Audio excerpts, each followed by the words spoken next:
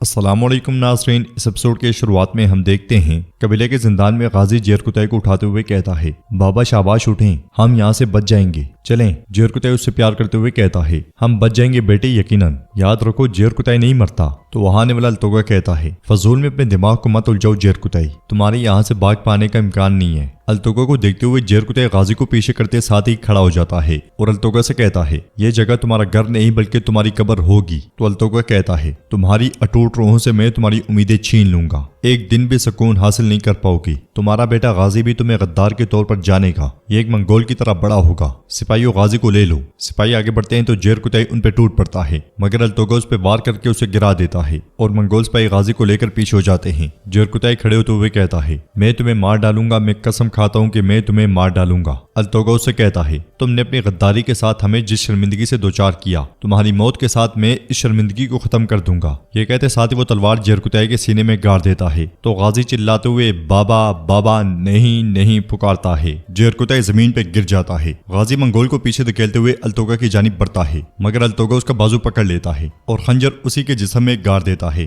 غازی بالکل جیرکتائی کے سامنے زمین پہ گر جاتا ہے۔ جیرکتائی تکلیف اور غم میں غازی غازی پکارتا ہے اور ظالم التوگا وہاں سے چلا جاتا ہے۔ یہ خواب دیکھتے ہوئے الجن پسینے میں شرابور ہو کر ایک دم سے اٹھ جاتی ہے اور شکر الحمدللہ کہ یہ خواب ہی ہے۔ الجن استغفر اللہ کہتے ہوئے پانی پیتی ہے اور وہ بہت زیادہ خوفزدہ دکھائی دیتی ہے، پھر روتے ہوئے کہتی ہے، اے اللہ میری مدد فرما، میری جان بھی انہیں دے دے، اللہ ان کی غیر موجودگی سے میرا امتحان نہ لینا۔ ادھر ہم دیکھتے ہیں کہ حلیمہ کاروان سرائے میں آتی ہے اور سرائے والے سے کہتی ہے، صوفیہ کو فوراً خبر بھیجو۔ سرائے والا اسے خط دیتے ہوئے کہتا ہے، یہ صوفیہ کی طرف سے ہے۔ حلیمہ خط کھول کر پڑھتی ہے جس میں لکھا ہوتا ہے، پوئینہ مجھے معلوم تھا کہ تم یہاں ہوگی، میں ابھی تک نہیں جانتی کہ عثمان کو کیسے پتا چلا کہ ہم حملہ کرنے والے ہیں، لیکن مجھے یقین ہے کہ تم نے ایسا نہیں کیا۔ تم اپنے خاندان کو مارنے والوں کی حفاظت کرنے والی نہیں ہو سکتی، تم اپنے والدین کے ساتھ غداری نہیں کر سکتی، تم اپنے خاندان کو کبھی مایوس نہیں کرو گی، ہے نا؟ مجھے کبھی بیوقوف مت بنانا میری چھوٹی چڑیا، جب سورج طلوع ہو تو بالا کو نہر کے کنارے لے آؤ، مجھے تم پہ بھروسہ ہے۔ خط پڑھنے کے بعد حلیمہ کہتی ہے، خالہ آپ مجھ پہ بھروسہ کریں، لیکن میں نے غداری کی ہے، میں نے اپنے گھر والوں کے ساتھ غداری کی ہے، آپ سے کی ہے، اور میرا انتقام میں نے اس سے بھی غداری کی ہے، لیکن میں مجبور تھی، میں ان کی جان کی مکروز تھی۔ یہ کہتے ساتھ ہی حلیمہ خط جلاتی ہے اور چلی جاتی ہے۔ ناظرین اس کے بعد ہم دیکھتے ہیں سوغوت کے پاس چھپے عثمان صاحب سپاہیوں کے ساتھ منگولوں کو دیکھ رہے ہوتے ہیں اور کہتے ہیں، وہ سرنگ کے داخلی راستے کے قریب ہیں، ہمیں اورحان کے آنے سے پہلے سرنگ کھولنی ہوگی، ہم ان پر اچانک حملہ کریں گے اور سب کو مار ڈالیں گے، چلو سپاہیوں شاباش۔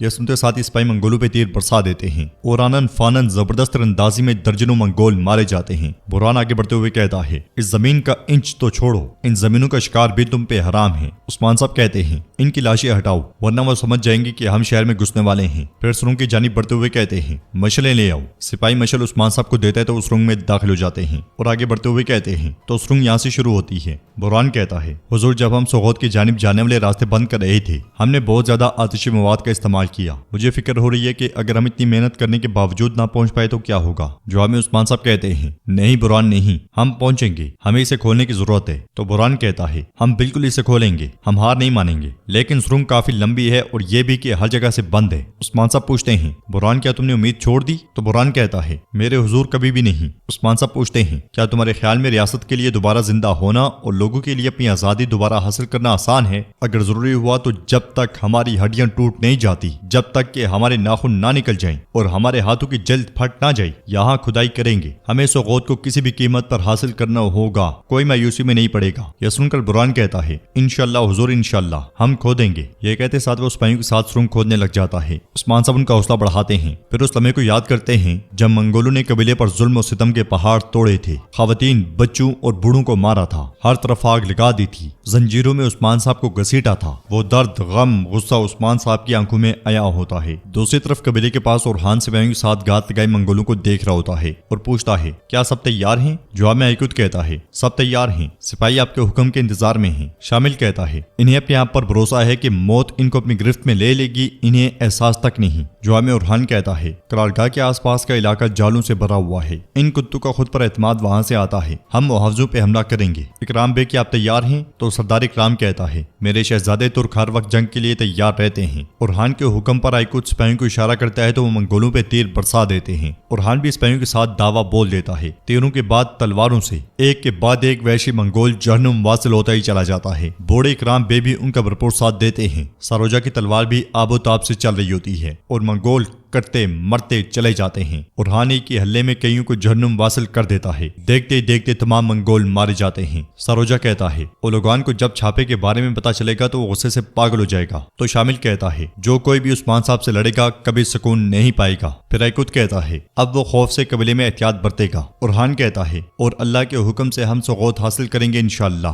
ہتھیار جمع کرو اور ٹھکانہ جلا دو۔ ان کتوں کی کوئی بھی چیز ان سرزمینوں پر باقی نہیں رہے گی۔ یہ کہتے ساتھ اورحان آگے بڑھ جاتا ہے۔ دوسری طرف ایک اور ٹھکانے پر منگول سپاہی قیدیوں پر تشدد کر رہے ہوتے ہیں اور انہیں اذیت دے دے کر مزے لے رہے ہوتے ہیں۔ علاؤالدین سپاہیوں کے ساتھ ان کے سر پہ آ پہنچتا ہے اور یہ منظر دیکھ کر اسے بہت غصہ آتا ہے۔ وہ بغیر وقت کے ضیاع کے ان پر تیر برسا دیتا ہے۔ علاؤالدین کے ساتھی بھی اس کا بھرپور ساتھ دیتے ہیں اور علاؤالدین آگے بڑھتے ہوئے کہتا ہے اب بیڑیا آ گیا ہے اور گیدڑوں کا راج ختم ہوتا ہے۔ اب قیمت ادا کرنے کا وقت تمہارا ہے۔ یہ کہتے ساتھ وہ منگولوں پہ ٹوٹ پڑتا ہے۔ توران اور کیوماس بھی اس کا بھرپور ساتھ دیتے ہیں۔ منگولوں کو کاٹتے ہوئے علاؤالدین کہتا ہے قیدیوں کی حفاظت کرو۔ کمزوروں پہ ظلم کرنے والے منگول برابر والوں کے سامنے مرتے ہی چلے جاتے ہیں۔ علاؤالدین چلاتے ہوئے کہتا ہے تباہ کر دو یہ ٹھکانہ، کوئی بھی زندہ بچ کر نہ جائے۔ یہ کہتے ساتھ وہ پیچھے آنے والے منگول کو کاٹ ڈالتا ہے۔ ادھر بران مسلسل سرنگ کھود رہا ہوتا ہے اور چٹان کے نظر آنے پر کہتا ہے یہ چٹان ہمارے اور ہمارے منزل کے درمیان ایک رکاوٹ ہے۔ جواب میں عثمان صاحب کہتے ہیں اگر ہم اسے ہٹا لیں تو ہمارا راستہ کھل جائے گا۔ بران کافی زور لگاتا ہے مگر چٹان نہیں ٹوٹتی۔ یہ دیکھ کر عثمان صاحب کہتے ہیں بران ایسا نہیں لگتا کہ یہ کام کرے گا، ابھی رک جاؤ، تم بہت تھک گئے ہو، آرام کرو، ہم کھدائی جاری رکھیں گے۔ یہ کہتے ساتھ ہی عثمان صاحب چلے جاتے ہیں۔ سپاہی آگے بڑھتا ہے تو بران اسے کہتا ہے رک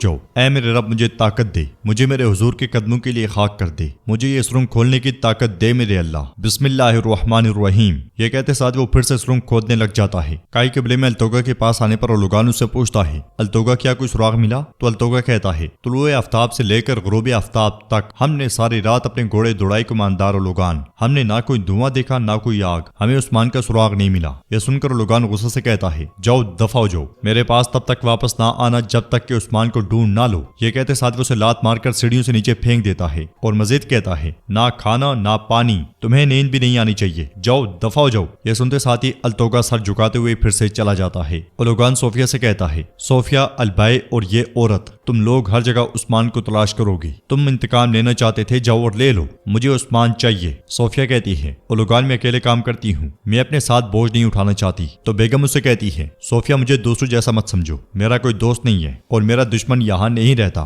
یہ کہتے ساتھ ہی بیگم صوفیہ کی جانب بڑھتی ہے تو اولوگان تلوار بیچ میں کرتے ہوئے کہتا ہے آپس میں کتوں کی طرح لڑنا بند کرو، اگر تم عثمان کو نہیں ڈھونڈ سکتے تو مرنے کے لیے تیار ہو جاؤ۔ یہ کہتے ساتھ ہی اولوگان آگے بڑھتے ہوئے کہتا ہے اولوگان اگر تم عثمان کو نہیں ڈھونڈ سکے تو الجیتو خان کو کیا جواب دو گے؟ یہ کہتے ساتھ ہی اولوگان خیمے کی جانب چلا جاتا ہے۔ صوفیہ بھی چلی جاتی ہے اور البائی بیگم کے پاس آتا ہے تو بیگم کہتی ہے البائی یہ شیطان کچھ کرے گی؟ تو البائی کہتا ہے آخر یہ ایک شیطان ہے اور اسے کچھ بھی توقع کی جا سکتی ہے۔ تو ناظرین اس کے ساتھ یہ ایپیسوڈ بھی اختتام پذیر ہوتی ہے۔ اگر آپ کو ویڈیو پسند آئی تو ویڈیو کو لائک کر دیں، چینل کو سبسکرائب نہیں کیا ہوا تو سبسکرائب کرنے کے ساتھ ساتھ گھنٹی والے آئیکن کو دبانا مت بھولیں۔ انشاءاللہ ملتے ہیں نیکسٹ ویڈیو میں، تب تک کے لیے رکھیں اپنے اور اپنوں کا بہت زیادہ خیال۔ اللہ نگہبان۔